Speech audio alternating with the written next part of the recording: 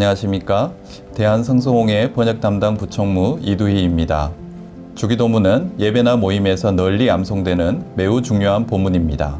그래서 새로운 번역이 나왔을 때 새로운 번역에서는 이 주기도문을 어떻게 번역했는지 매우 궁금하실 수 있을 것 같습니다. 이런 궁금증을 풀어드리기 위해 새한글 성경전서의 주기도문에서 기존 역본과 크게 달라진 부분들을 중심으로 간단히 번역 설명을 드리고자 합니다. 여기서의 목적은 주기도문의 뜻을 자세히 풀어 설명해 드리는 것이 아닙니다. 그렇게 하려면 긴 주석이 필요할 것입니다. 이 영상의 목적은 번역이 어떻게 달라졌는지, 그리고 그렇게 달라진 이유가 무엇인지를 간단히 설명드리는 데 있다는 것을 다시 한번 말씀드립니다.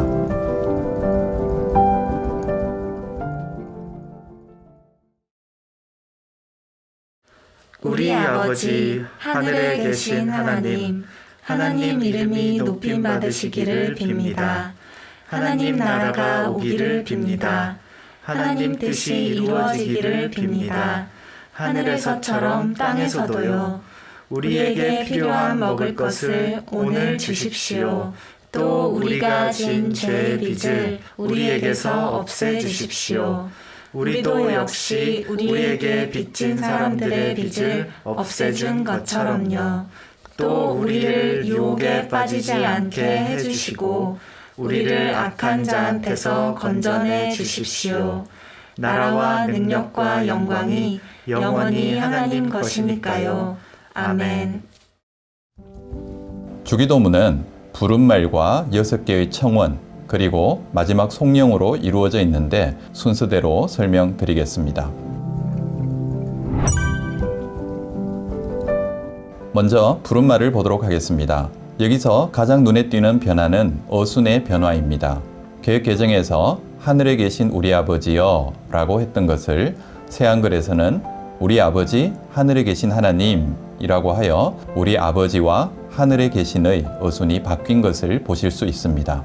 모든 번역의 목표는 원문에 충실하면서도 모국어로 자연스럽게 번역하는 것입니다. 그런데 원문에 충실하고자 하면 모국어가 어색해지고 모국어를 자연스럽게 하려고 하면 번역문이 원문의 형식과 어느 정도 달라질 수밖에 없습니다. 번역자는 이 둘 사이에서 고심하게 되고 때로는 모국어가 조금 부자연스럽더라도 원문을 따르는 선택을 하는 경우도 있고 때로는 원문의 형식에서 조금 벗어나더라도 모국어의 자연스러움을 따라 번역하는 경우도 있습니다. 부른말에 대한 개역 개정의 번역은 모국어의 자연스러움을 더 우선한 번역이라고 할 수 있겠습니다. 다른 한편 새한글은 원문의 어순을 따르면서도 우리말로 크게 어색하지 않은 다른 방법은 없을까를 다각도로 연구했습니다. 위에 제시한 대로 직역을 할 경우 번역문은 우리 아버지 하늘에 계신 분과 같이 됩니다. 원문의 어순을 따랐지만 우리말 혹격의 느낌이 약화되고 조금 어색하게 들립니다. 이를 보완하기 위해 새한글은 하늘에 계신 분을 하늘에 계신 하나님으로 옮겼습니다. 혹격의 느낌이 좀 더 분명하게 드러나면서 하늘에 계신 분으로 했을 때의 불편함은 한결 가벼워졌습니다. 그러나 원문에 없는 하나님을 넣어도 될 것인가의 문제가 생겼습니다. 이에 대해서는 첫째 청원의 설명에서 보충하여 말씀드리겠습니다. 앞서 말씀드린 대로 주기도문은 부른말에 이어 6개의 구체적인 청원들로 이루어져 있습니다. 앞의 3가지 청원은 하나님과 관련된 청원이고 뒤에 3가지 청원은 우리와 관련된 청원들입니다. 첫 번째 청원부터 조금 자세히 살펴보겠습니다. 첫 번째 청원에 대한 새한글의 번역문은 서너 가지 점에서 예전의 주기도문 번역과 상당한 차이를 보여줍니다. 우선 개역 개정에서 이름이라고 되어 있는 부분을 새한글은 하나님 이름이라고 번역했습니다. 원문은 토오노마수로 되어 있습니다. 당신의 이름이 정도가 될 것입니다. 토오노마는 이름이고 수는 당신의를 뜻하는 2인칭 단수 대명사입니다.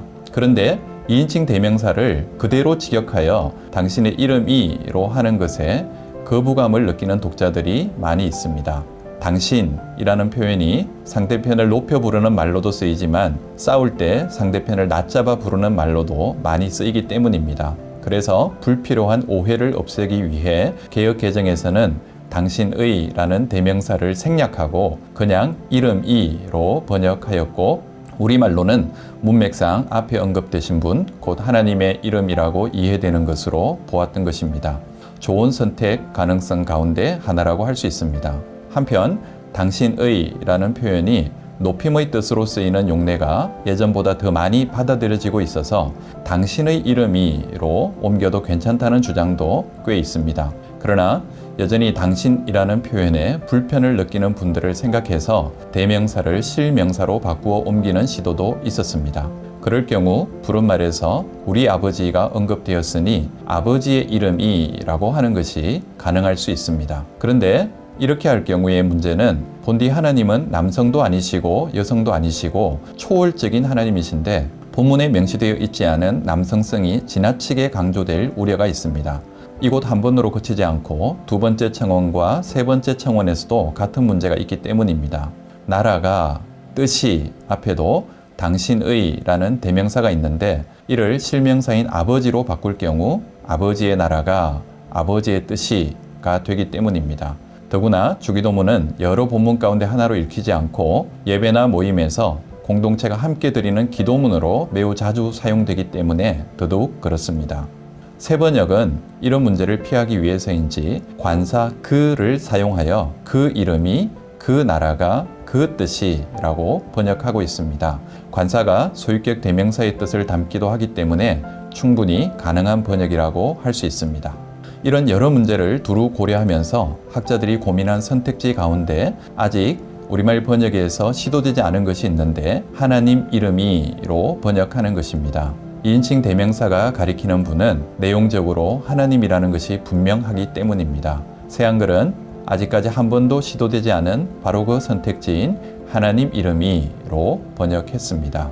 부른말에서 원문에는 없는데 덧붙여 사용한 하나님에 대해 설명을 잠시 뒤로 미루었었는데 여기서 잠깐 설명드리겠습니다. 부른말을 직역하면 앞서 살펴본 대로 우리 아버지 하늘에 계신 분이 되어야 할 것입니다. 그런데 이렇게 할 경우 이 구절이 혹격이라는 점이 명확하게 드러나지 않고 듣기에도 조금 어색하게 들릴 수 있습니다. 한편 첫 번째 청원의 번역에서 2인칭 대명사를 하나님으로 번역할 경우 하늘에 계신 분은 하나님 아버지를 가리키므로 우리 아버지 하늘에 계신 하나님으로 해볼 여지가 생겼습니다.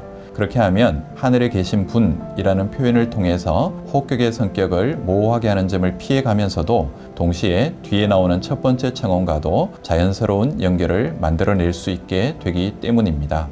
다음으로 높임 받으시기를 빕니다에 대해 살펴보겠습니다. 원문은 하기야조 동사의 3인칭 단수 수동 명령형인 하기야스 세토로 되어 있습니다. 우리말에서 3인칭 명령형은 거의 쓰이지 않기 때문에 3인칭 수동 명령형은 우리말로 옮기기가 매우 까다롭습니다. 그래서 먼저 3인칭 명령형의 번역에 대해 말씀드리겠습니다. 3인칭 명령형의 번역이 까다롭기는 하지만 구약 성경의 그리스어 번역본인 70인역을 참고해 보면 3인칭 명령형을 이해하는 한 가지 가능성을 발견할 수 있습니다. 그리스어로 된 주기도문을 히브리어로 역번역해 본다면 그리스어의 3인칭 명령형은 히브리어에서 명령적 접속법, 곧 저십으로 표현될 수 있습니다. 그런데 히브리어 구약 성경과 그리스어 구약 성경 70인역을 비교해 보면 히브리어 명령적 접속법이 그리스어에서는 3인칭 명령법 외에도 희구법, 즉 기원문으로 번역된 것을 관찰할 수 있습니다. 사도행전 1장 20절이 인용하고 있는 시편 69편 25절과 시편 109편 8절의 70인역과 그 뿌리인 히브리어 성경을 보면 이를 알 수 있습니다. 그리고 권위 있는 문법책에 의하면 신약 성경에 쓰여질 무렵인 헬레니즘 시대에는 기원을 뜻하는 희구법이 명령법으로 대체되는 현상들도 많이 나타났다고 합니다. 이런 점을 고려하면 3인칭 명령형을 기원 또는 바람의 뜻으로 옮겨볼 만합니다. 따라서 새한글 주기도문 번역에서는 3인칭 명령형을 뭐뭐뭐 하기를 빕니다 형식으로 옮겼습니다. 이제 하기야조 동사의 뜻을 잠시 살펴보겠습니다. 이 동사의 기본적인 뜻은 거룩하게 하다입니다. 첫 번째 청원에서는 이 동사의 3인칭 수동 명령형이 쓰였다고 했습니다. 그렇다면 직역은 하나님 이름이 거룩하게 되기를 빕니다 정도가 될 것입니다. 그러나 이 청원은 하나님 이름이 거룩하지 않은데 거룩하게 되도록 해달라는 뜻은 아닙니다. 하나님 이름은 원래 거룩하기 때문입니다. 그렇다면 여기서 거룩하게 한다는 것은 거룩함을 드러낸다는 뜻으로 보아야 할 것입니다. 김창락 교수에 의하면 요한복음의 표현을 따라 영광스럽게 하다는 뜻으로 볼 수도 있을 것입니다. 이를 좀 더 쉽게 풀면 높이다는 뜻으로 이해할 수 있을 법합니다. 그래서 새한글에서는 높임 받으시기를 빕니다로 옮겼습니다. 우리말로 주어가 이름인데 수어를 높임 받으시기를 빕니다로 하여 존칭을 사용한 까닭은 히브리 용법으로 볼 때 이름은 곧 존재를 가리키기 때문에 그렇습니다. 주기도문의 이 첫 번째 청원을 번역하는데 논란이 되는 또 하나의 문제는 수동형으로 되어 있는 하기야조 동사의 행위자가 누구냐 하는 것입니다. 그 행위자가 하나님이신가 아니면 사람들인가에 대해서는 의견이 둘로 나뉘어 있습니다. 주기도가 하나님께 드리는 청원 기도라는 전체 문맥으로 볼 때 궁극적인 행위자가 하나님이시라는 데에는 이견이 없을 것 같습니다. 그러나 하나님을 직접적인 행위자로 보아서 하나님께서 종말론적으로 자신의 거룩함을 드러내 달라는 뜻인지 아니면 사람들 사이에서 그 하나님의 거룩함이 인지되고 인정되게 해달라는 뜻인지에 대해서는 학자들 사이에 이견이 있습니다.